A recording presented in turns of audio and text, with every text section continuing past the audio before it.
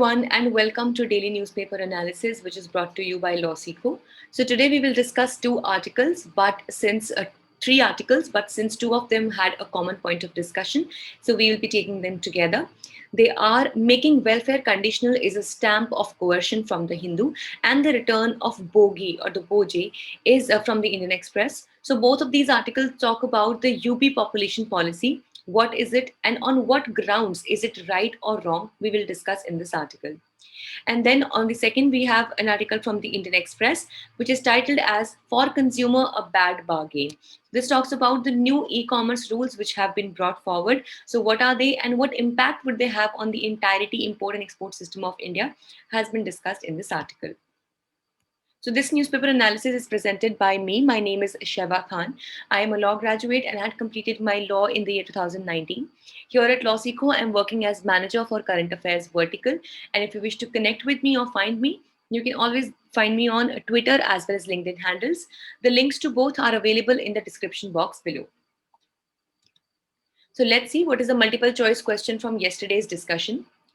Neelbati Behra case is primarily related to, your options are right to privacy, right to equality, right to compensation, or none of the above. If you have gone through yesterday's discussion, then you will definitely be able to answer. And if you know it, please put it down in the comment section below. This is the descriptive question of the day. What is Uttar Pradesh population policy? Discuss the pros and cons of the same, which means to discuss the benefits or the merits or demerits of the same. So if you wish to download the PDF of today's slides, or you want to avail other kinds of study materials like our newsletter, current affairs material, quizzes, daily quizzes, etc., then you can join our Telegram channel. The link to this Telegram channel is available in the description box below, or you can simply scan this QR code, which you can see on your screens right now. Also, for other amazing content, do not forget to follow us on our official Instagram channels for LawSeco Judiciary Prep, CLAT Prep, and even UGC Net if you're preparing for any of these exams.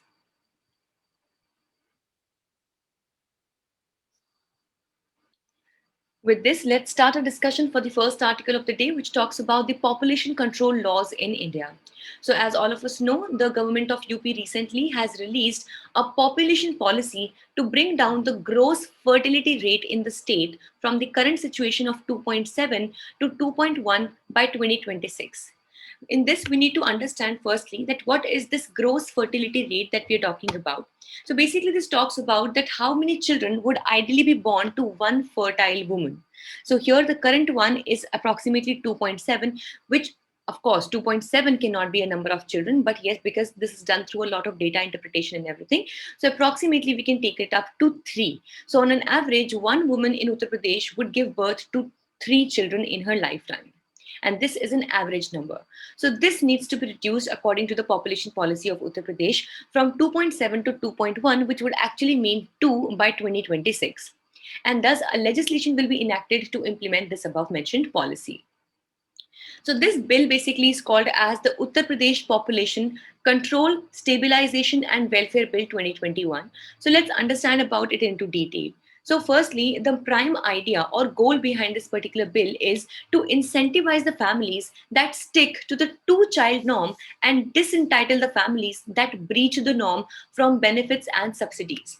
Now, I'm sure that when we're talking about this UP population policy, some of you might be able to connect it with the two-child policy or the one-child policy that was brought in China as well.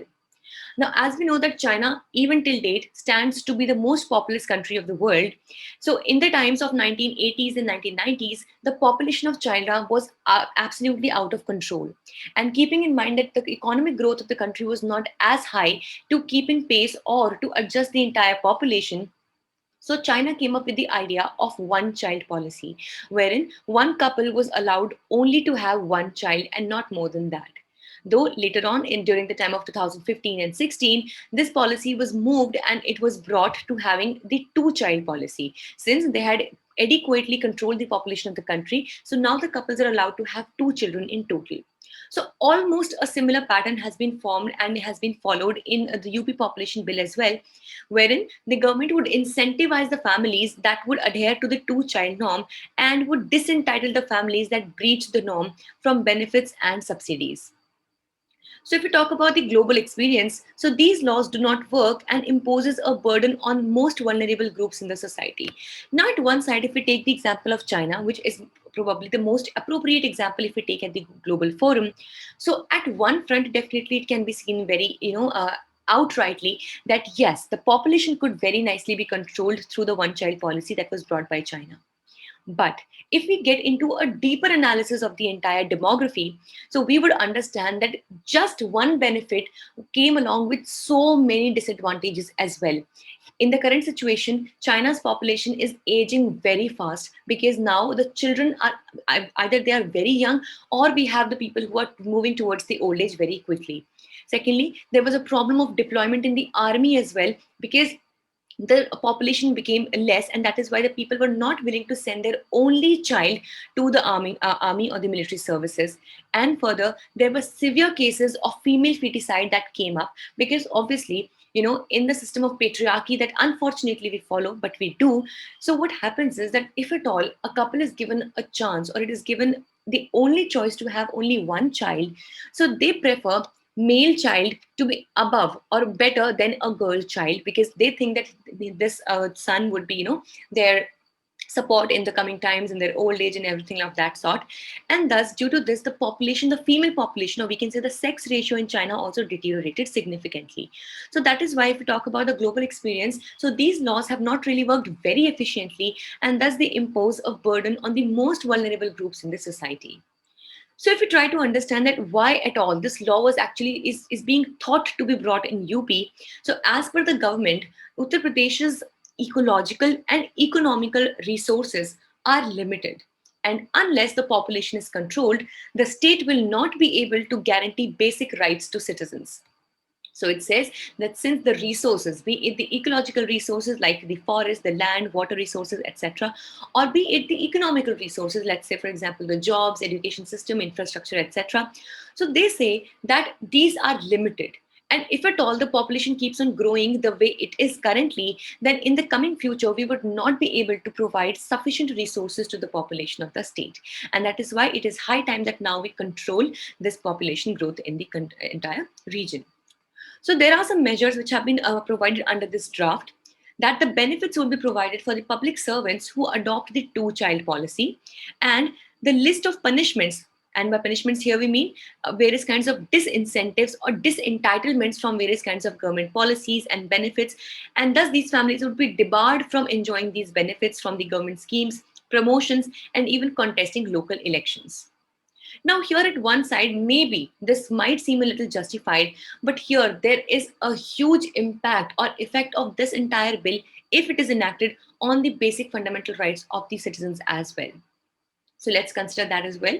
So the Supreme Court in the case of Suchita Srivastav and another versus Chandigarh administration 2009 held that women's freedom to make reproductive decisions is an integral facet of the right to personal liberty. So when we talk about the Article 21, that is right to life and personal liberty, so the right of a woman to decide her reproductive decisions, that how many children does she want to have, even if she wants to have children or not.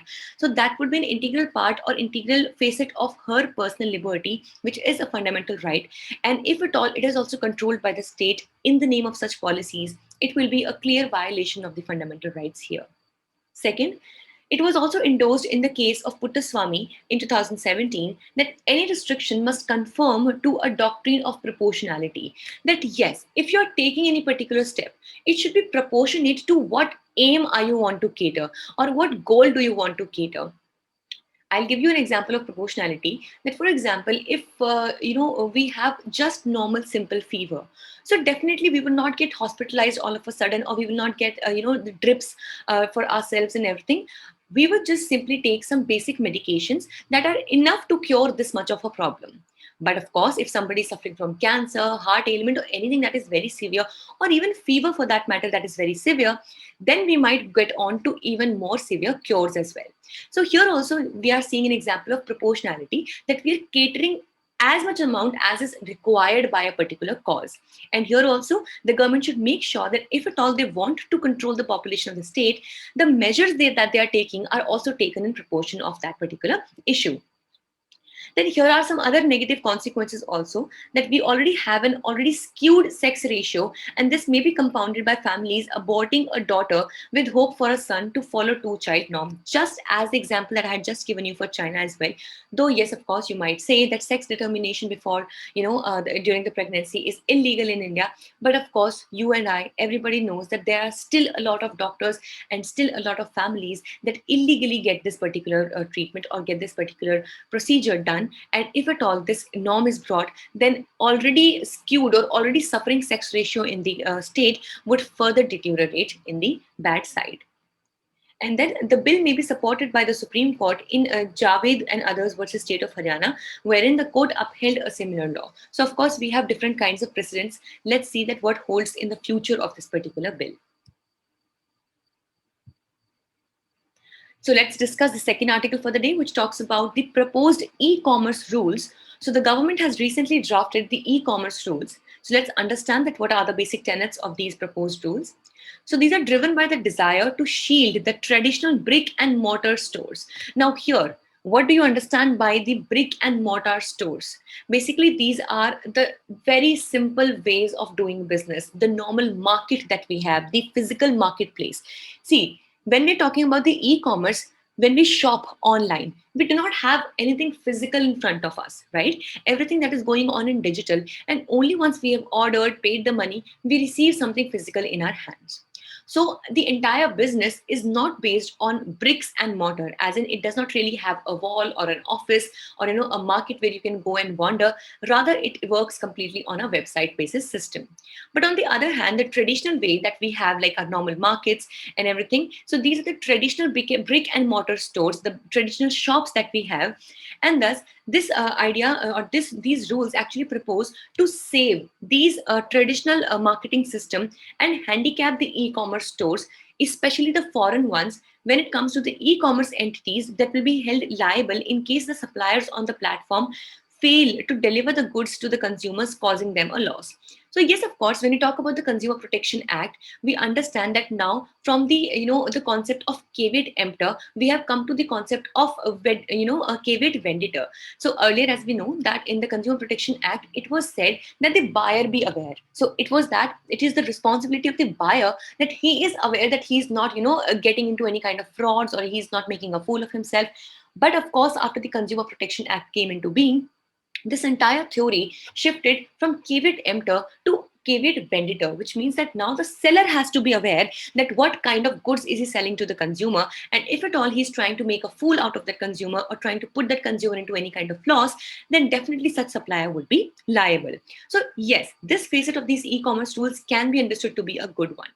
But if at all we are not able to draw a balance here between the traditional market system and the e-commerce system, then we will be definitely having a great failure in the coming times. Because none of us can deny to the fact that in the current situation, specifically if I talk about the COVID-19 pandemic, e-commerce has boomed like anything, and definitely it has provided us with the services which we probably couldn't even imagine about. Now the deliveries have become faster, even the medicines, medical facilities, and everything, they're available online. So definitely e-commerce has become a very important aspect. And definitely, as we know that even after the Consumer Protection Act has been amended in 2019, e-commerce also has been added to the entire ambit of Consumer Protection Act in India. So let's understand that, is this liability justified? So the foreign direct investment is permitted only in the marketplace model where the foreign players operate. And in the marketplace model, the platforms exercise little or no control over the inventory. So that is why here we need to understand that the FDIs in the country needs to be given more power and freedom to function. As if we understand about the situation that we have in the Indian kind of economy, we are primarily a capital deficit country. Now, by capital deficit country, we mean that if we talk about the labor, so in India, the labor is very easily available, and that too at very cheap prices. So we are labor intensive country. We have things that include more of labor work.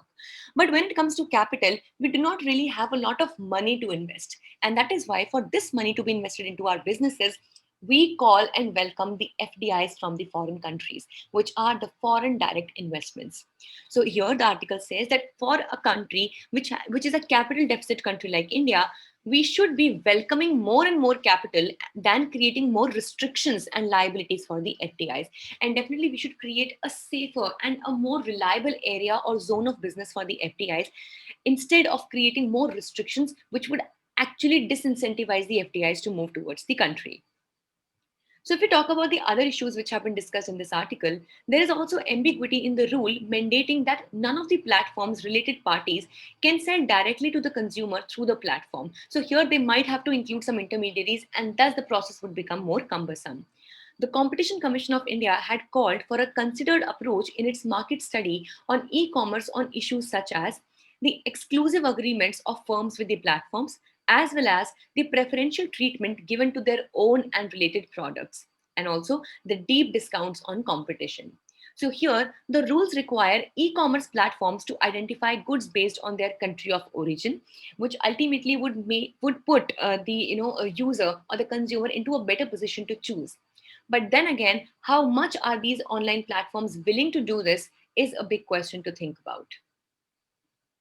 So, this was all for the day. We hope it was a good and informative session for you all. Thank you so much for staying tuned with Losseco. If you liked this session, please give it a thumbs up and subscribe to our channels for never missing an update. Thank you.